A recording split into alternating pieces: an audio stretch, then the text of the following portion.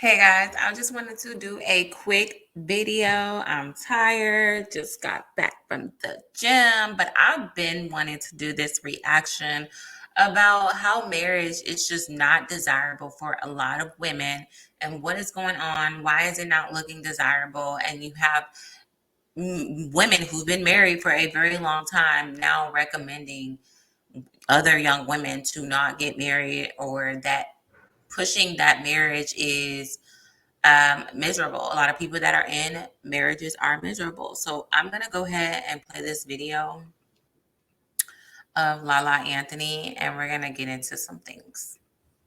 Morning, Lala came up here and she was hot. She was on fire. I don't know if watched it. Yeah, she came in at 6 o'clock this morning. Was on fire. She was like, I have something I want to talk today on air. So I'm gonna let her say F marriage. Yeah, Like, so whoa. I was talking about, I feel like currently marriage is not a goal for people. I don't hear people who aren't married saying, like, I want to get married. You just start hearing it less and less. Like, before that was a goal. Like, before. Here's how. So I guess that was like a quick little video. But yeah, the Breakfast Club did an interview with Lala, and she was saying like the goal is not marriage anymore. Why would a woman who was married for as long as she was say that? Well, let's take a deep look into Lala Anthony, who was married to Carmelo Anthony, who had two babies on her. And was publicly embarrassed, stood by his side. She did everything that a wife was supposed to do. She picked a top tier, high earning man, was with him, had children by him, and only for him to embarrass her. So when you have a woman like that, there's many women who share similar stories with their husbands stepping out and creating other families with different women, having your side chicks come and harass you. I don't know why that this whole side chick era has become very popular for a lot of women and men. Like, when did side chicks start getting so bold to start addressing the wife? When did they get so much confidence to come out and proudly claim to be a side chick or play a side chick or be a mistress? That was something that was, it was not something proud to be. It was not something that you bragged about. It was not something that you know, labeled yourself as. That's something that you go to bed with and you go to your grave with. You don't talk about it. But nowadays they're not on code to that. So therefore, a lot of wives are being embarrassed. And I'm not gonna lie, the first thing I thought about was when she said mostly everybody I know that's married is miserable. And I couldn't help but to think about Kim Kardashian, and now she is divorced. I couldn't help to think about her. Who is Lala's friend group? Lala is friends with a lot of people, but who is married that is still currently married? That Why would she have this concept, right?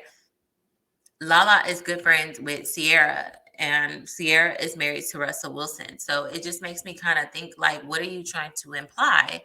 Because she is a part of your friend group. Y'all hang out all the time, and you're sitting here saying that marriage, most people I know are miserable.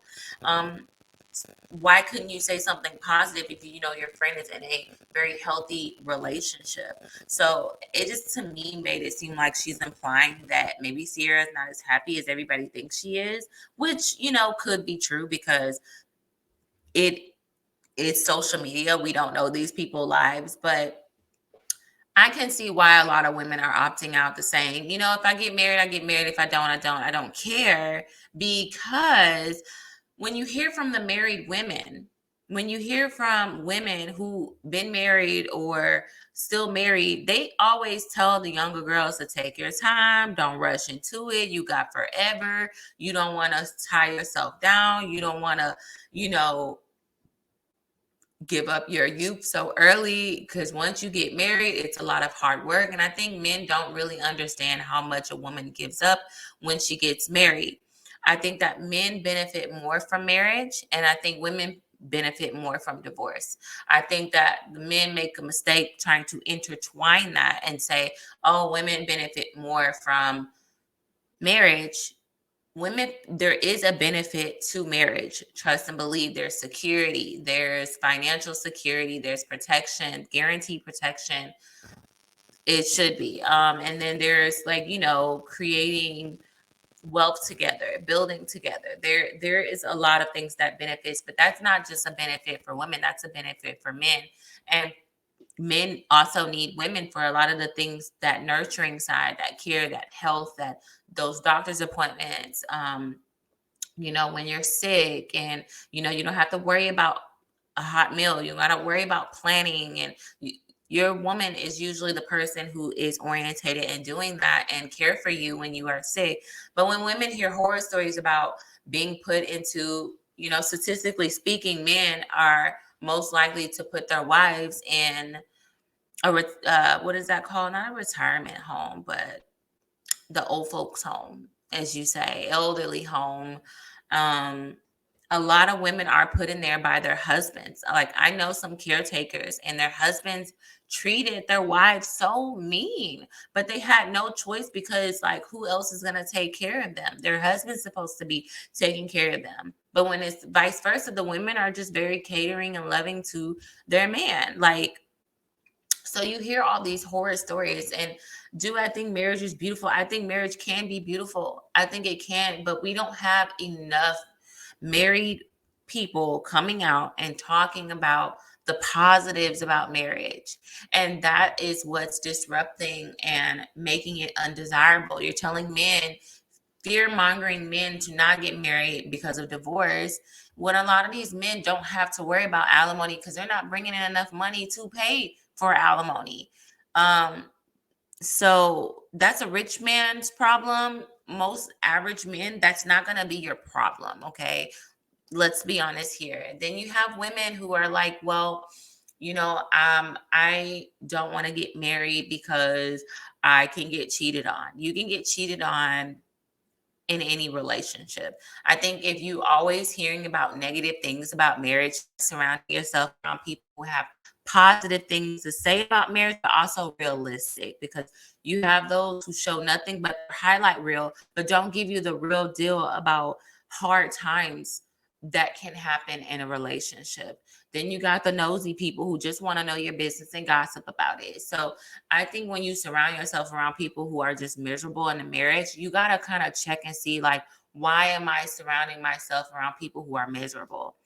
I think that women also have seen their grandmothers, great grandmothers, and mothers grow up in a marriage, and their mom just never got to live that life. Like, they feel a sense of sorrow and sadness for their mother, because once some women who make their complete entire life, their children, once their children end up leaving the home, they have nothing left. They have no purpose left.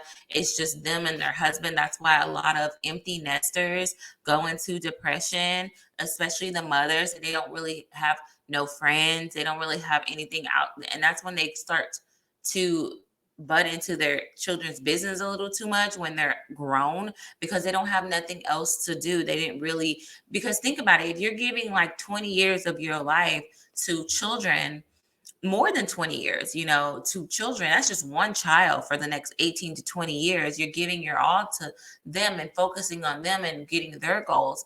When they're out the house and they're successful, do you take 20 years to just find who you are? Like, what you used to like maybe 20 to 30 years ago may not be what you like now. So now you're at a point where you're just trying to discover who you are. So I don't recommend that either, but I just do say that Lala is not a good example, because she allowed so much to go on in her marriage.